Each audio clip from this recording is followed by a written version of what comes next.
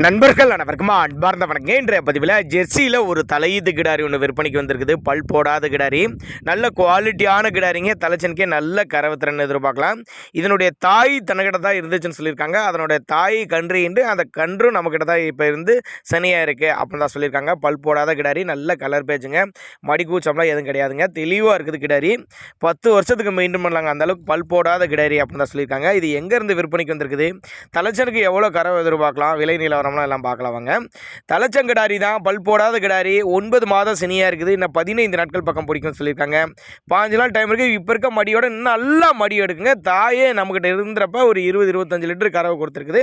அந்த வர்க்கம் அப்படிங்கிறப்ப நல்லா தலைச்சனுக்கே கறவை எதிர்பார்க்கலாம், ஒரு நம்பிக்கையாக சொல்கிறாங்க. நேரில் வாங்க, வந்து பாருங்கள், பார்த்து செக் பண்ணியே ஓட்டிங்க. திருச்சி மாவட்டம் லால்குடி பக்கத்தில் புள்ளம்பாடி, திருச்சி மாவட்டம் லால்குடி பக்கத்தில் புள்ளம்பாடி என்ற பகுதியிலேருந்து விற்பனைக்கு வந்திருக்குது. ஆல் ஓவர் தமிழ்நாட்டில் எல்லா பகுதிக்கும் டிரான்ஸ்போர்ட் வசதி அரேஞ்ச் பண்ணி கொடுத்துடலாம். நல்ல குவாலிட்டியான கிடாரி, பின்னாடி நல்ல பலனை எதிர்பார்க்கலாம் அப்படின்னு தான் சொல்லியிருக்கேன். கிடாரி உடஞ்சிச்சுன்னா வேறு லெவலில் இருக்கும். தலைச்சனுக்கே ஒரு 5 லிட்டர் வரைக்கும் கறவை எதிர்பார்க்கலாம் சொல்லியிருக்கேன்.